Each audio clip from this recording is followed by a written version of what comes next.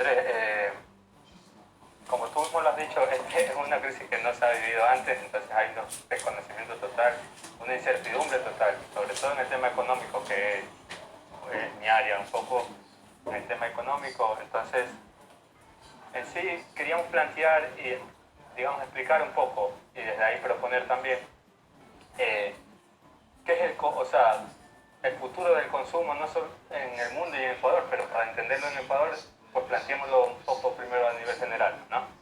Entonces, el consumo, desafortunadamente, digo yo, vivimos en un sistema capitalista, ¿no?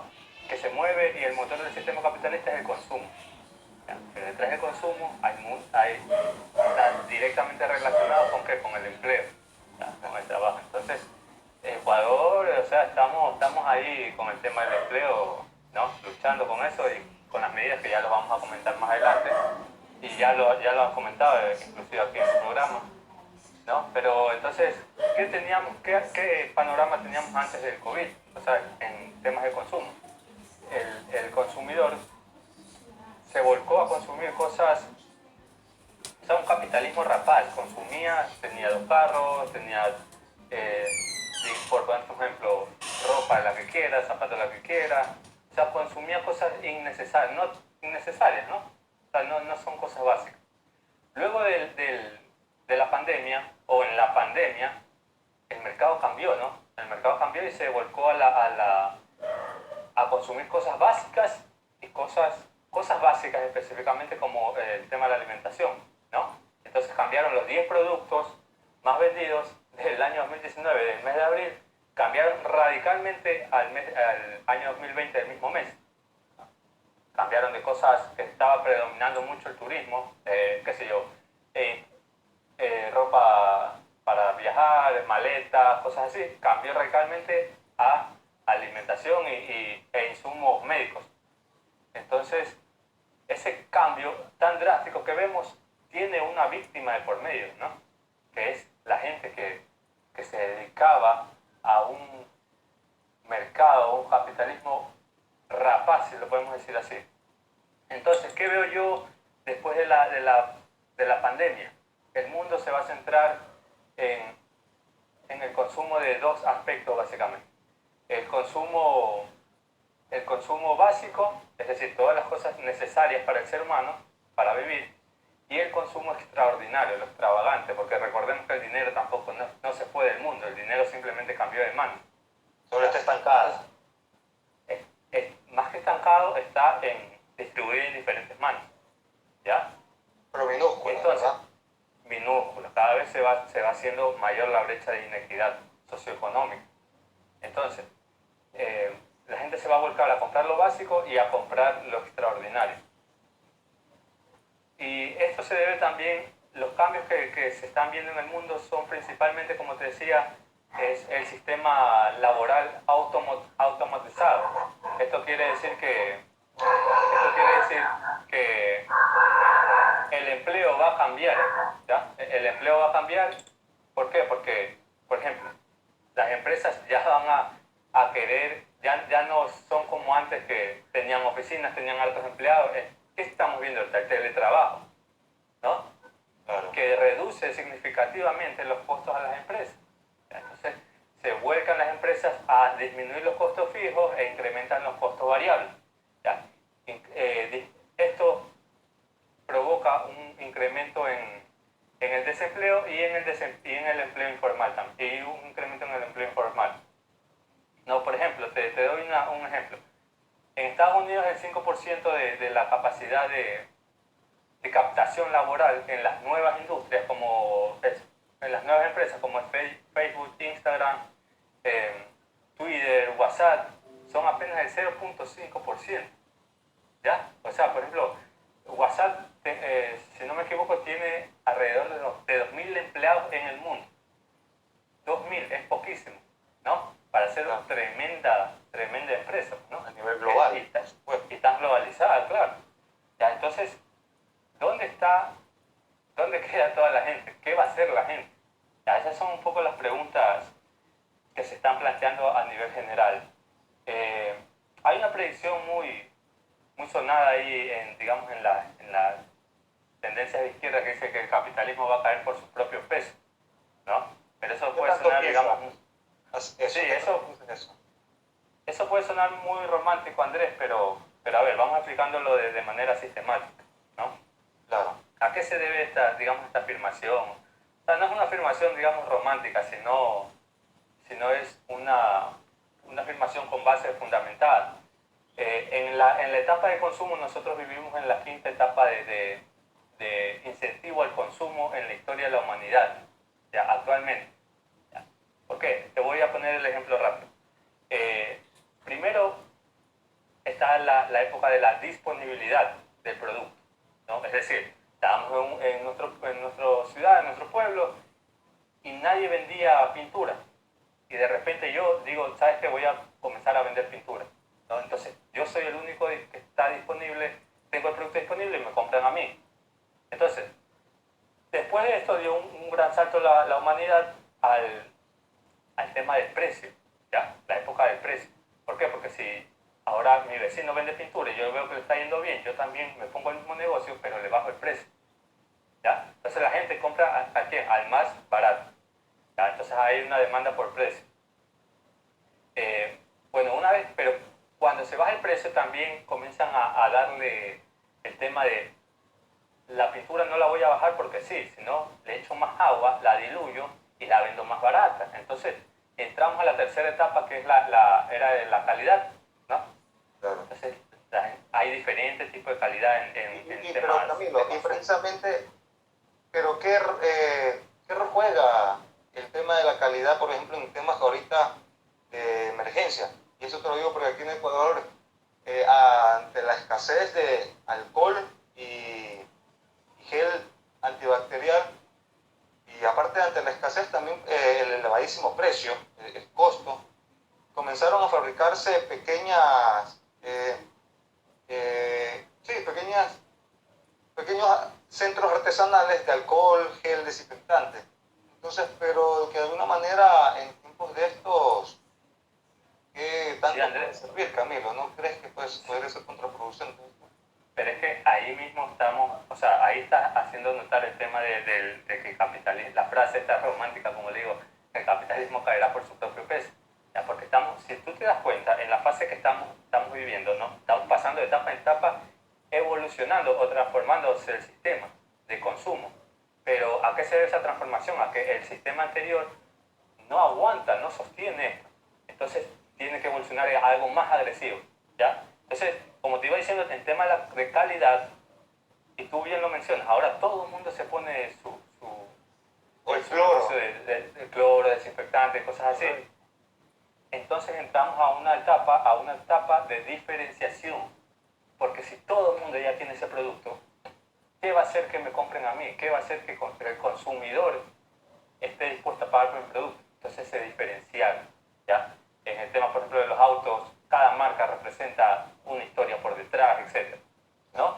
Pero en la etapa que estamos viviendo, o sea, es un consumo tan agresivo, estamos viviendo actualmente en la etapa de la hiperdiferenciación. O sea, todo el mundo ya ofrece de todo.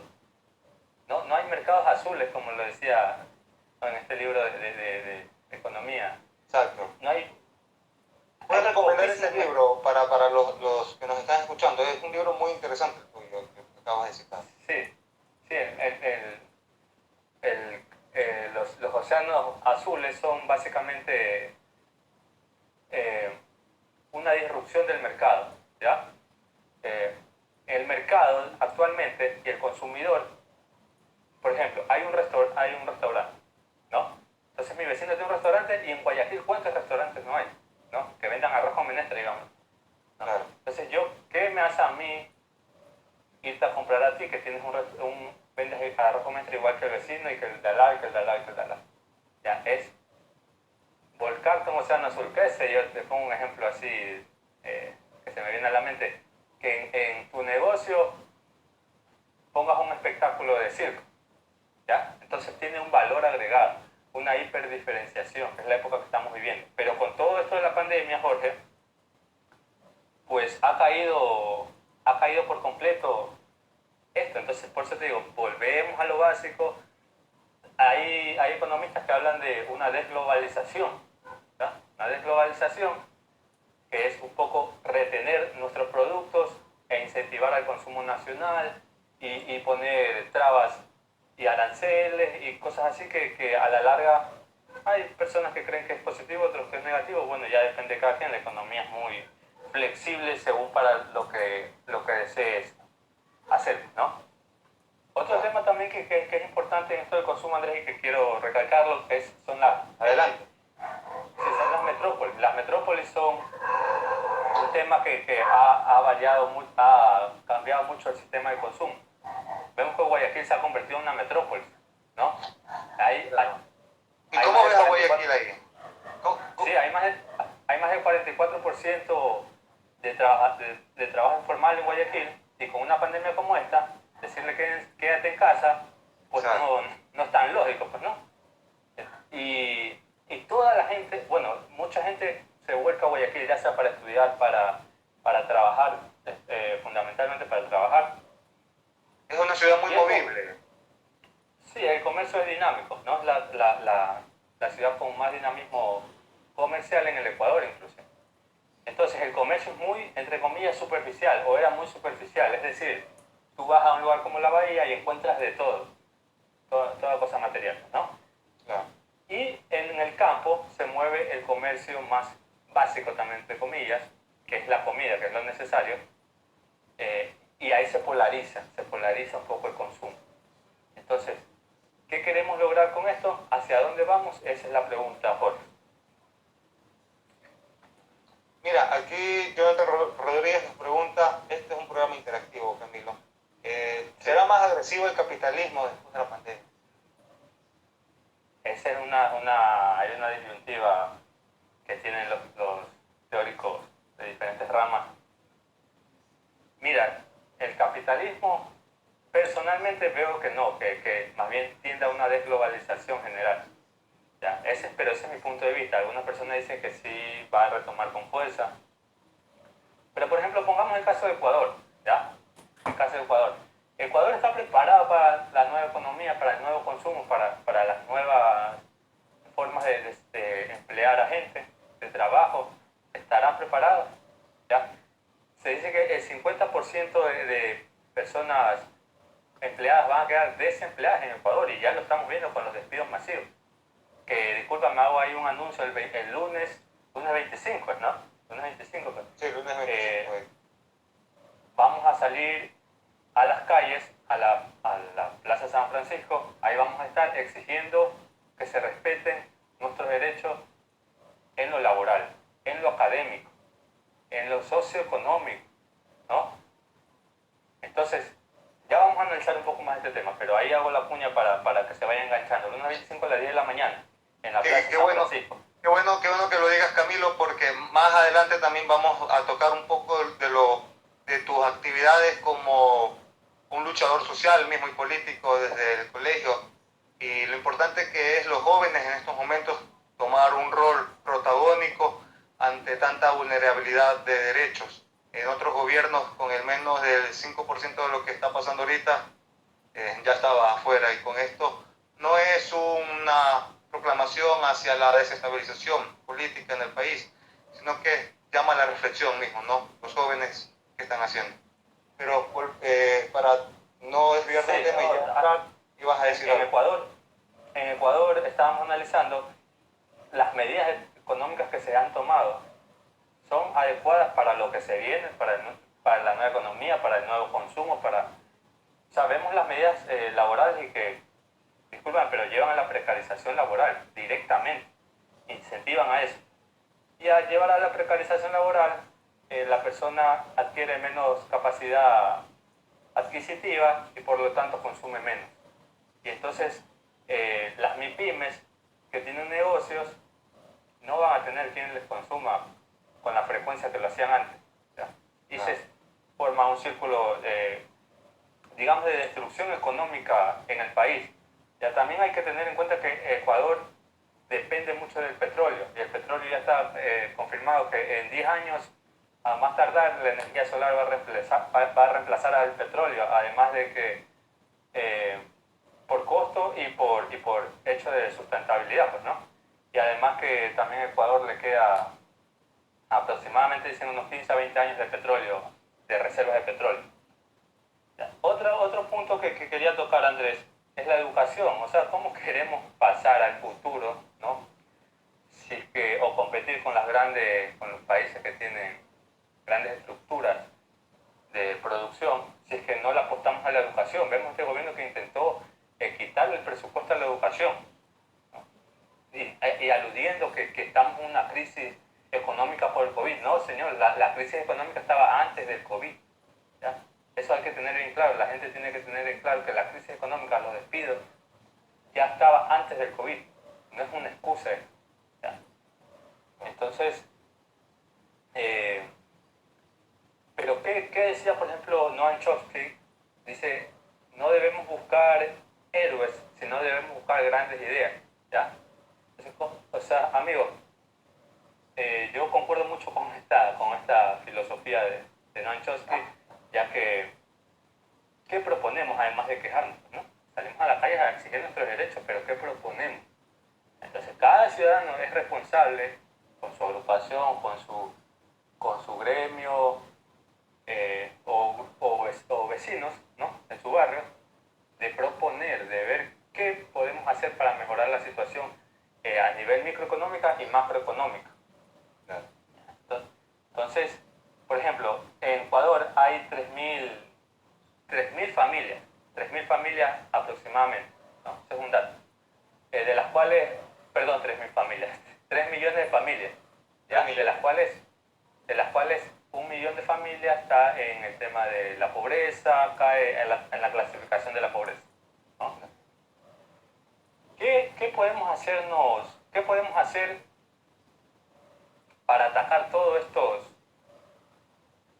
problemas que tenemos en Ecuador? Andrés, si me permites decir, Adelante.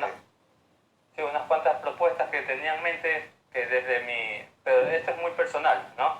No lo digo como colectivo, ni lo digo como grupo, lo digo desde un análisis ahí que he llegado a una conclusión, que, mira, la política tiene que ser ahora muy experimental, ¿no? No podemos basarnos en siempre lo mismo y lo mismo y lo mismo, sino que tiene que experimentar con nuevas cosas. Y lo mismo la economía se ajusta bastante a las condiciones o a los objetivos que tengamos.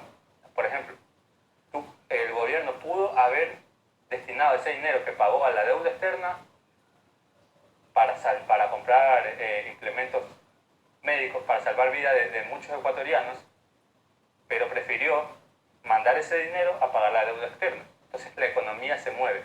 Depende de cómo los recursos los puedes mover, depende de qué intenciones tengas tú. Bueno, vemos que este gobierno tuvo intenciones claramente de contentar a entidades internacionales, pero bueno, ya ese es otro tema.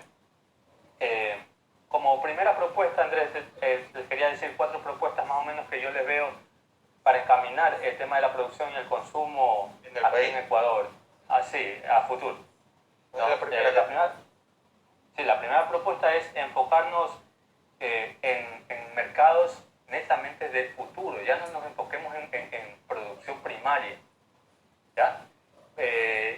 Yuval Harari decía que hay tres mercados el que domina estos 3 mercados, el país que domina estos 3 mercados va a dominar el futuro. O sea, el primero es la robótica, ¿no? Lo vemos en Japón, lo vemos en China. Claro. La biología que lo dominan más los países nórdicos.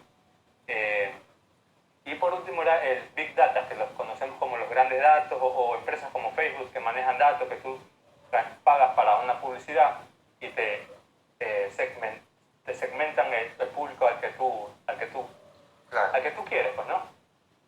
Para que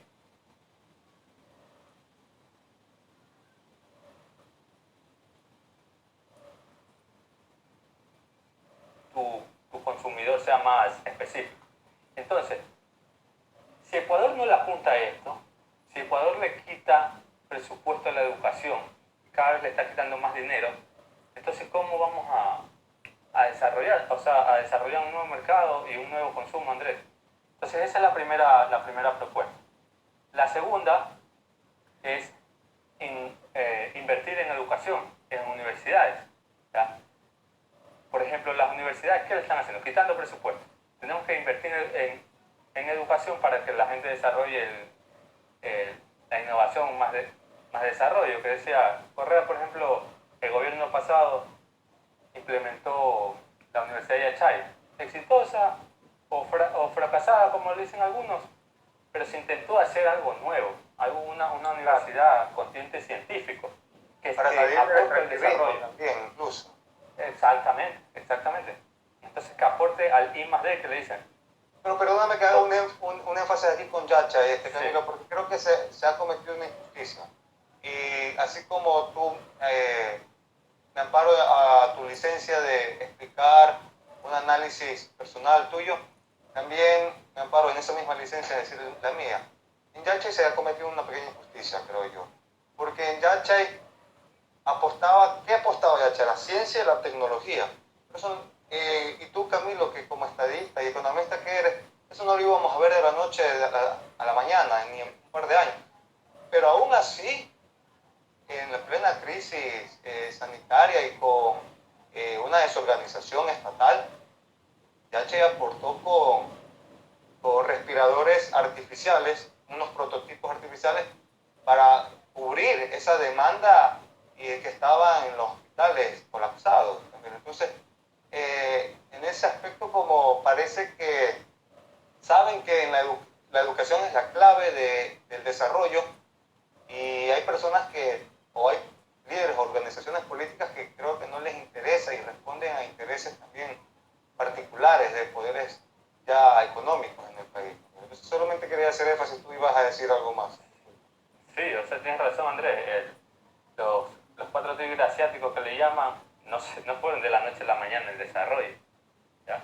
El desarrollo costó años y costó prueba y error, educación más que todo. Educación, mandaban algo parecido a lo que se quiso hacer aquí, mandar a los estudiantes afuera becados y traer ese conocimiento y aplicarlo aquí. Eso es lo que se quería hacer. Pero, bueno, en las condiciones que actualmente estamos, es hasta impensable que algo así pase, ¿no? Mira, Camilo, discúlpame. Kevin Falconini dice algo muy importante aquí. Pero la robótica, tanto como tecnología, no puede hacerse hasta que Ecuador piense que tiene que ser productor, no vendedor, ya que en el Ecuador estamos atrasados mucho a nivel tecnológico. ¿Es tanto así, Camilo? ¿Qué puedes decirme? ¿Cómo lo ves tú? Sí, sí, tiene razón, tiene mucha razón. Por eso digo, vamos hacia esos 3 mercados, dice Harari, vamos hacia esos 3 mercados. El que domine esos 3 ámbitos va a dominar el mundo en el futuro. ¿Y los países, cómo queda? Discúlpame, ibas a decir algo más, adelante. Sí, o sea, y debemos tener en cuenta que el siglo XXI va a ser el siglo con mayor desigualdad socioeconómica. Y no solo socioeconómica, sino ya a nivel biológico, a nivel de información también. Entonces va a ser el siglo con mayor desigualdad en la historia de la humanidad. Acotando eso también, Andrés, el tercer punto, la tercera propuesta que yo le veo que puede ser posible también es el desarrollo de nuevos derechos siempre y cuando se cambie la forma de producción y de consumo. Ya, como te digo, la política y la economía tiene que ser experimental. No podemos quedarnos en lo mismo y lo mismo de siempre. Ya, los derechos se han conseguido con las luchas, en las calles como lo vamos a tener el día lunes 25. Pero también hay otra gran parte de derechos que propone, por ejemplo, en este caso la asamblea, el gobierno, ¿no? Entonces tiene que ir a la mano con la innovación que se va haciendo con respecto a este tema, Andrés. ¿Ya? Entonces, por ejemplo, una empresa que se la denomina como una empresa actual o de la nueva economía es Globo o Uber Eats, estas Rappi, estas empresas así, ¿no? ¿Qué le dicen al trabajador, Andrés? Le dicen, no, usted no es trabajador nuestro, usted es autónomo. ¿Ya? Usted es autónomo. Es decir, cuando te están diciendo, tú eres autónomo, te están diciendo, yo no te voy a pagar el seguro médico, yo no te voy a afiliar, yo no te voy a dar una jubilación. Tú tienes que, por la maleta que traes atrás y por el equipo, la moto, la bicicleta, pagar por la maleta. pagan por eso. O sea, no eres mi empleado. Yo me limpio las manos con eso. Pero Y te tú vas a lucras tener que de responder. ello. Y me lucro de ello. ¿Ya? Esas son las empresas del futuro. Entonces, y las que ya estamos, actualmente estamos en eso. Entonces, los derechos tienen que ir acorde a las normas, tienen que ir Acorde, adaptándose. equilibrado.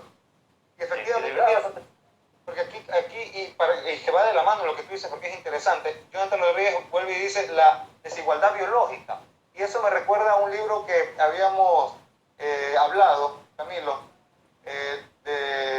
no es Sapiens, sino Homo Deus, que efectivamente él prolonga una calidad de vida, pero siempre y cuando eh, los extractos sociales, las clases sociales tengan para accederlas, ¿verdad, Camilo?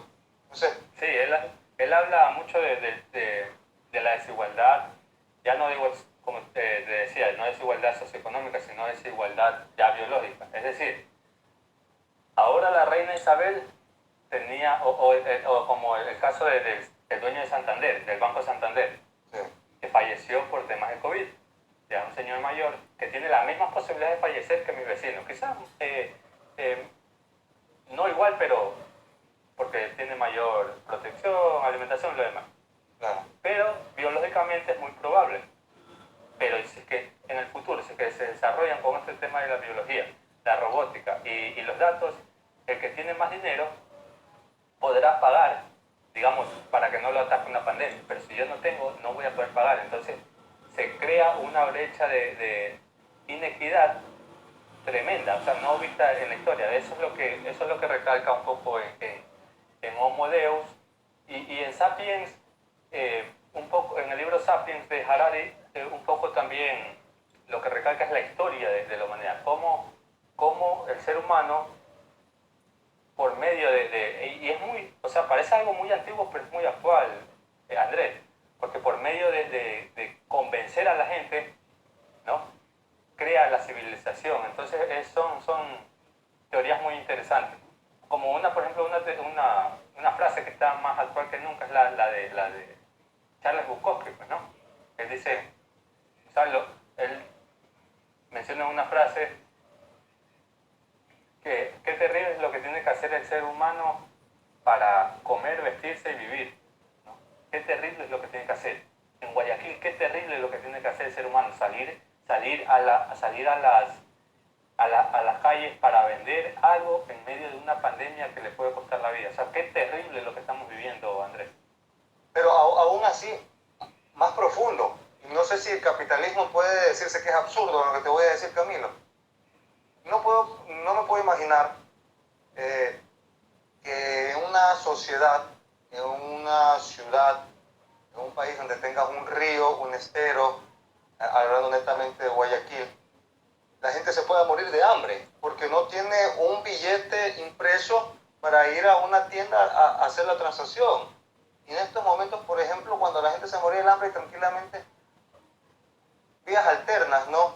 Como el río, el estero para pescar. Tú sabes cómo es el ser humano cuando busca, ¿no?, para cubrir sus necesidades básicas. Entonces, si las necesidades básicas están ahí para cubrirse, que es alimentación, el aire, el agua, ¿por qué en crisis nos tenemos que morir de hambre, Camila? Entonces ahí es donde yo pienso que lo que siempre pasa es que el capitalismo entre crisis, más no la civilización humana. ¿Qué dice? ¿Qué piensas de eso? Sí, Andrés, exactamente. O sea,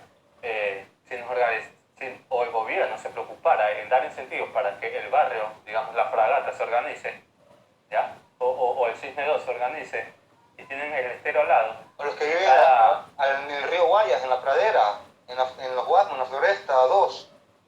y cada cierto tiempo, cada semana, se haga un banco común de mariscos, digámoslo así.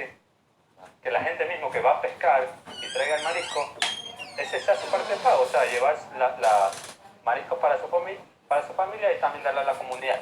Y eso me lleva a la cuarta propuesta, Andrés. Adelante, Camilo. Sí, que es mira, en muchos países se ha estado discutiendo este punto que a mí me parece fundamental, o sea, yo no comparto con muchas personas que dicen que este punto es descabellado y absurdo y lo demás, pero es la renta básica. O sea, la renta básica cubre, o ese por lo menos es el propósito, se encarga de cubrir las necesidades de todo ser humano. ¿Ya? Lo aplicaron en Finlandia, lo querían aplicar en Suecia, sí, en Suecia, y con todo el bloqueo y todos los problemas se aplica en Cuba, ¿no? A su manera, pero se aplica. Es decir, Claro. cubrir las necesidades básicas para que un ser humano tenga una vida digna es fundamental, Andrés. Cubrámosle por lo menos el básico de comida, cubrámosle educación, cubrámosle salud, ¿no? Esas cosas son básicas para que el ser humano, servicios básicos, ¿no? Agua, luz. No te digo que a la final que no se las regales, pero subsídialas. Ya encontraremos, la economía, como te digo, es muy flexible, ya encontraremos de dónde. Son 3.000 familias en Ecuador. Entonces, si llegamos a ese punto, como digamos como se está haciendo en Finlandia o en Cuba, que se destina presupuesto para que la vida del ser humano esté cubierta hasta cierta manera, ya después piensen en acumular capital, en hacerse ricos, en tener negocio, en explotar a la gente, ya, si quieren. Pero mientras tanto no, o sea, una sociedad tan desigual que vemos a gente de Monte Sinaí que en plena pandemia no tenían ni agua, pues Andrés, no tenían ni agua ni comida, ya. Se estaban muriendo de hambre y no podían salir a trabajar. No había gente ya que son, como te digo, es el 44%. Y eran sectores donde estaban también con alto contagio. Sectores con alto contagio y los hospitales colapsados. ¿De qué civilización hablamos ahí, Andrés? ¿De qué humanidad, hacia dónde vamos?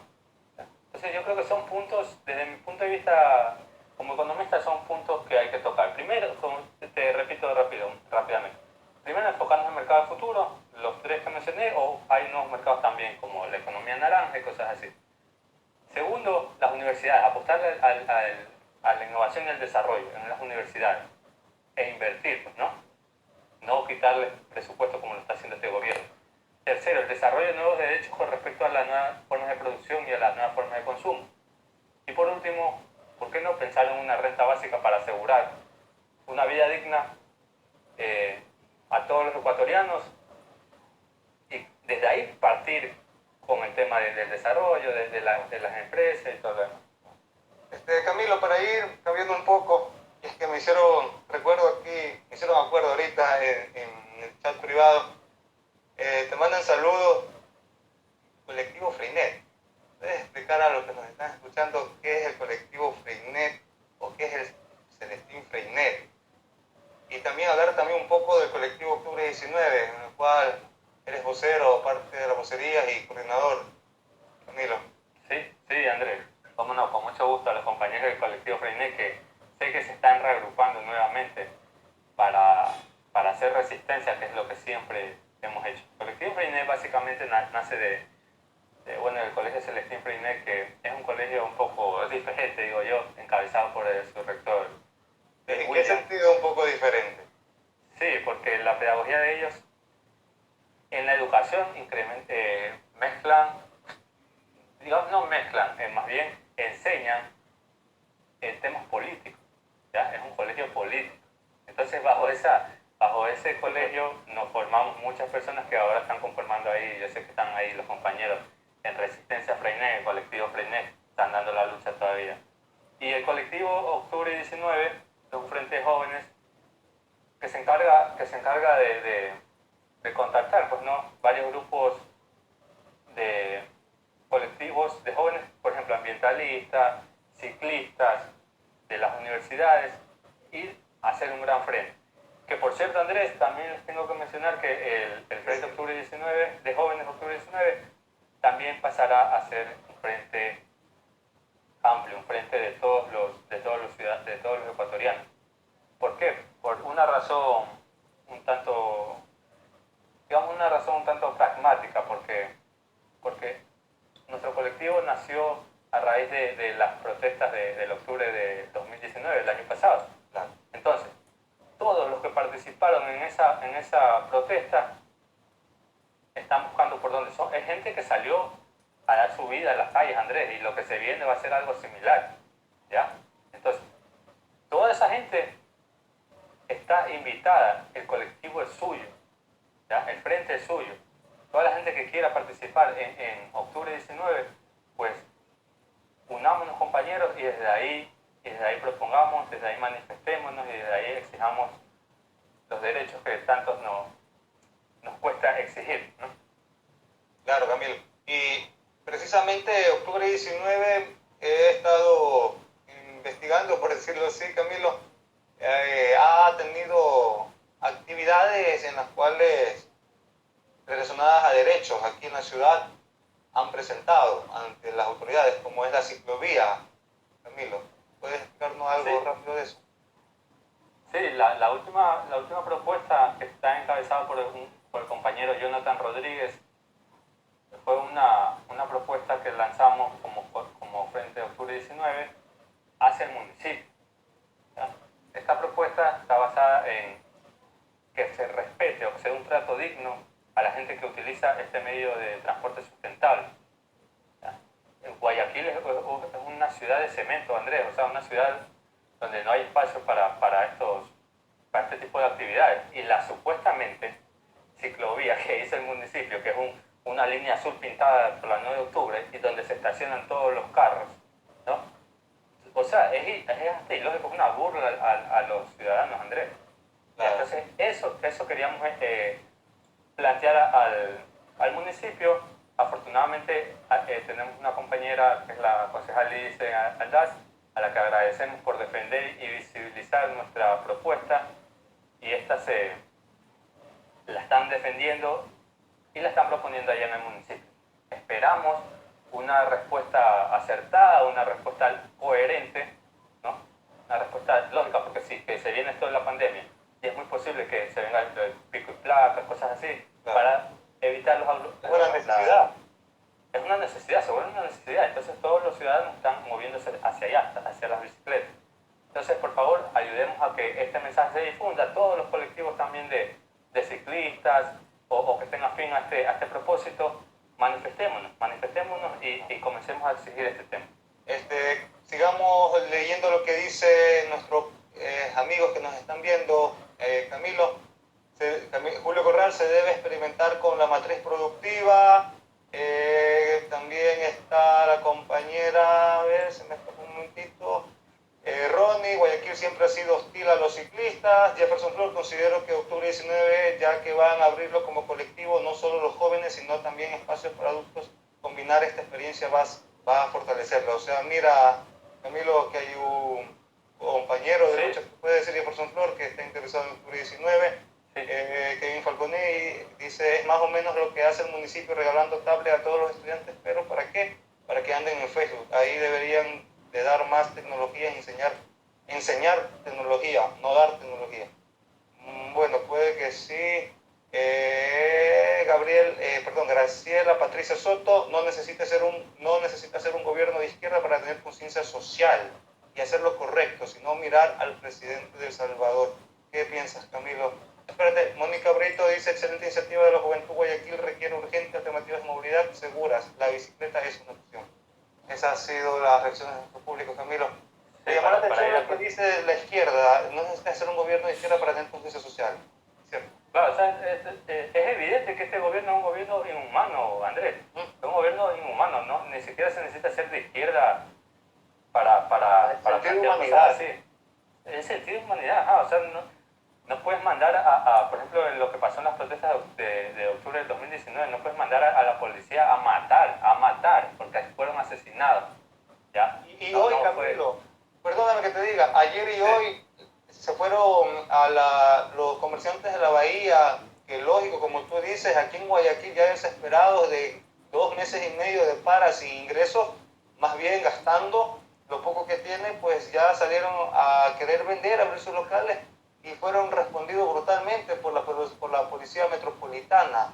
Camilo, hay videos. Entonces, ¿cómo hablamos? Entonces, aquí estamos hablando de derechos, estamos hablando de recuperar la economía, pero vemos esto. Y lo que pasó en Guayaquil, Andrés, con la pandemia, o sea, es terrible lo que pasó. Los guayaquileños sabemos, vivimos en carne propia lo que pasó en Guayaquil.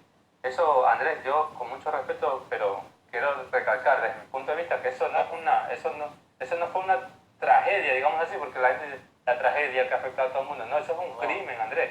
Eso es un crimen porque la gente se estaba muriendo de hambre y daban, en el Cisne 2 dieron los kits de alimentos a 2, 3 cuadras y de ahí se iban a repartir, digamos, a Mapasingue. O sea, no hubo ni un control de eso. Y la gente muriéndose de hambre y no le dejaban salir a trabajar, por lo menos a vender algo para sustentarse. Los hospitales se colapsaron y no hubo respuesta médica. ¿Qué me dices de los difuntos que no estaban muertos? Del cambio de cenizas, del que no encuentran todavía el cuerpo. Yo tengo un vecino que su mamá no le daban el cuerpo hasta después de 2, 3 semanas. Los casos de corrupción de las fundas de embalaje, Camilo. Como tú dices, esto no es normal que pase en otros países. Esto no es normal. Claro. Ya, entonces, que dicen, ¿no? Que esto sucedió en todo el mundo. Bueno, podemos entender, pero hay países que lo controlaron. Países como Cuba, países como Venezuela lo controlaron muy bien. Creo que menos de 20 muertos hubieron en cada país. Venezuela. En cada país. Sí, Venezuela, Cuba, ¿no? Fueron ejemplos de lo que te decía al principio. Y qué curioso, Sí, Camilo, que los países que atacan mucho a Venezuela, a Cuba, muy aparte, esto no es un comentario parcializado, muy aparte del sistema político que debería de respetarse, creo yo, porque los pueblos son los que deciden sus propios destinos, son estos países que criticaban tanto hoy en día que no es coincidencia, son países de derecha como Brasil, como Chile, como Ecuador, Perú, y son los países que más muertes han tenido en la región. ¿Crees que es coincidencia eso o no? Para nada es coincidencia, Andrés. Y, no sé, como tú dices, atacaban tanto a estos sistemas políticos, pero todo cae por su propio peso. Cuba fue a ayudar a Italia. Los médicos cubanos fueron a colaborar en España, a China, ¿no? Entonces, bueno, ese tema yo creo que es evidente, más que discutir, más que poner algo... Y nosotros votamos médicos cubanos que entre esos eran epidemiológicos. Exacto, o sea, por eso te digo, no sé. por eso te digo, Andrés, o sea, esto no, más que una tragedia, es un crimen lo que pasó en Guayaquil, y eso debemos recordarlo siempre, compañeros. O sea, nunca olvidemos estas cosas como lo de octubre. Decía un compañero que quería integrarse al frente. Antes de que se acabe el tiempo, me avisas, Andrés, para hacer la invitación. Sí, Jefferson Flor Aurelio, lo puedes seguir en Instagram después de eso. Sí, a ver, entonces a todos los compañeros que se quieran integrar a octubre 19, pues les tenemos la noticia que este frente es de ustedes. Este frente no es de un grupo, no. O sea, que se quiere integrar, que se integre. Este frente nace en las protestas de octubre y toda la gente que rechazó las medidas neoliberales de Lenín Moreno y de toda su bancada, de todo su gobierno, ¿no? Hasta ahora, como lo siguen haciendo, y lo que se viene, pues tenemos que estar organizados para exigir en las calles lo que se viene, ¿no? Entonces, el Frente Octubre 19 es un frente para organizarlo más que todo, compañeros. Y el día lunes, antes que pues, se vaya a cortar por ahí de repente, el día lunes nos vamos a concentrar en la Plaza San Francisco exigiendo todas las medidas criminales que ha puesto este gobierno y la bancada de AP junto a la bancada de Creo, ¿ya? Eso lo mismo con los socialcristianos, y bueno, lo mismo de siempre, que votaron para que haya precarización laboral, ¿no? Y para lamerle los pies al FMI. Exacto. O sea, no olvidemos esto, compañeros. La bancada de AP, Alianza País, Creo, los de Guillermo Lazo, los socialcristianos, ciertos asambleístas de Pachacuti también. Ciertos asambleístas de Pachacuti, ¿no? Votaron a favor de la ley humanitaria, entre comillas, que están precarizando y son los responsables de esto, junto a Lenín Moreno y todo su gobierno, son los responsables de lo que va a pasar, ¿ya? No es que va a salir un grupo como quisieron decir en octubre del año pasado, va a salir un grupo a manifestarse y son unos relajosos y desarmados que van a salir. No, es consecuencia de sus actos, la gente va a salir a exigir los derechos que le están cortando. Carolyn Núñez, otra amiga de Voz del Sur que nos está viendo en este momento. Así es, siendo específicos, en diciembre del 2019 despidieron a 12.000 profesionales de la salud y 400 médicos cubanos. Y mira cómo es la vida, ¿no? Necesitábamos a esos médicos cubanos. Sí. Carolyn, ahí saluda a Carolyn. Saluda a Carolyn, que es nuestra productora. También se unió Josué. Kevin Falconi, creo, nos dice, fue un gusto haberlos visto a los tiempos. Camilo, chico, amigo, de colegio, Chico. Y Andrés Bochilema, saludos, hermano. Un gustazo también tenerte aquí. Eres parte de esta gran familia. Camilo, también entrando también a otros temas. ¿Tú crees que el Ecuador está preparado para asumir los retos que tú planteaste en sus 4 propuestas? O sea, eso hay que discutirlo entre todos, Andrés. Obviamente ¿Cuáles que no está preparado para... ¿De cuáles todos, Camilo? Discúlpame. Para que la gente tenga claro. Entre los ciudadanos, Andrés. O sea, la gente tiene que tener claro que los que toman decisiones no son solo allá arriba. Nosotros somos los mandantes, ellos son nuestros servidores, por algo son servidores públicos, ¿ya? Entonces, nosotros, si es que el gobierno va en contra del bienestar de la ciudadanía, ¿qué otra opción nos queda que exigir? Quiero hacer una aclaración, Andrés. Adelante. A la marcha al plantón del día lunes a las 10 de la mañana en la Plaza de San Francisco, vaya la población que se considere que no está en riesgo, por favor. Ya, aunque se va a tener en el plantón distanciamiento social y todas estas cosas. Los que se consideren una población vulnerable, por favor, desde sus casas ayúdenos en las redes sociales, que es muy importante, muy valioso también. ¿Ya? Entonces, volviendo al tema, Andrés, ¿qué sociedad buscamos? O sea, ¿qué sociedad buscamos? Buscamos una sociedad en avanzar y dejar a unos cuantos en el camino, en avanzar tecnológicamente, en el comercio, en el consumo, ser grandes exportadores, pero mucha pobreza, como por ejemplo ocurre en Panamá, ¿ya? O avanzar como sociedad, pero más lento, de una forma más sustentable, un poco menos globalizada. Entonces, estas propuestas que son un poco un análisis que he hecho de algunas situaciones o de algunas medidas que se han tomado en algunos lados, creo que para mí funcionaría, ¿ya? Pero ya sabemos que este gobierno lo único que quiere es rendirle cuentas al FMI y quedar bien Camilo, con las entidades internacionales. Sí, Andrés. Camilo, dentro de esas propuestas, y también saludos a nuestro amigo televidente Flavio Ayala también, que te manda saludos, Camilo. No desmayes en la resistencia, en tu lucha, dice. Camilo, también, vaya pues, ¿tú crees que estas propuestas no encajarían también perfectamente en un bloque regional como lo fue la UNASUR? ¿Y por qué te pregunto esto? Porque, bueno, para los que nos conocen, somos amigos de toda la vida, también compañeros, y sabes perfectamente que habemos muchos jóvenes, muchos compañeros tuyos que nos ha dolido bastante la desintegración de la UNASUR en la región. Algo que en estos momentos era importante porque se compraba insumos médicos a un precio estandarizado y no tan exagerado.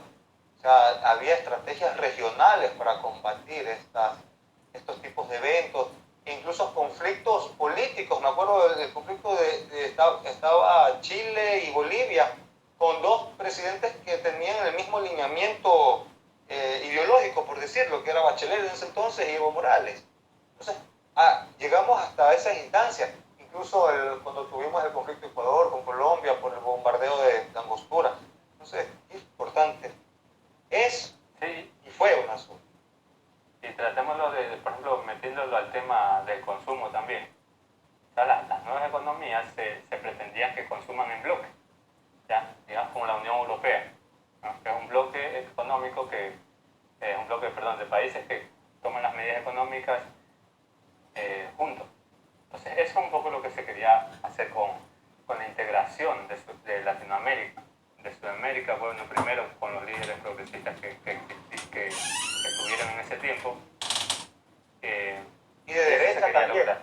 Perdona que te interrumpa, De de derecha derecha, también se pues, sube, Camilo, también porque se sumaron. estaba Juan Manuel Santos de Colombia, estaba después de Alan García en Perú, si no me equivoco, vaya, se me escapó, pero también era un gobierno de derecha.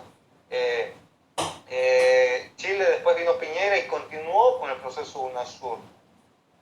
¿Por qué? Sí, Y estos países después siguieron un orden, creo, externo que ellos mismos se encargaron de disolver. Crearon otro organismo que era Prosur, que nos podemos preguntar qué aportó Prosur. sí, o sea, Andrés, y aquí también quiero hacer otra acotación porque me he encontrado con algunos compañeros que dicen que o sea, la verdadera revolución está en las calles, la verdadera revolución está en los pueblos, en la organización de los barrios, ¿no? Ese es el verdadero cambio, Andrés. Pero lamentablemente, ¿qué es la democracia ahora, no? ¿Qué es la democracia ahora? Entonces, el concepto de democracia también nos gobierna, estamos por encima, así nos organicemos como nos organicemos, estamos por encima de un concepto de democracia universal que favorece a las minorías, ¿no?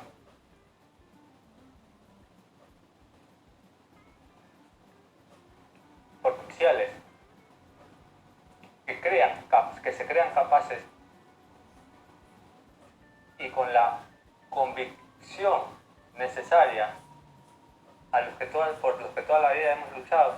¿Por qué no tomarnos esos grandes espacios de poder, Andrés, y pelearlos por el y no que estén los mismos burócratas de siempre? Ya, eso es importante, Andrés, también replantearnos desde esa parte. La izquierda también, yo personalmente creo que ha cometido este error de luchar un poco en las calles. Siempre ha sido una lucha que a la larga ha servido de trampolín, ha servido de escalón para que subamos. Nos queda 10 segundos, Camilo, un gustazo tenerte. Son los detalles de la tecnología. Gracias, amigos. Gracias, compañeros, y no se olviden el 25, lunes 25 del plantón todos.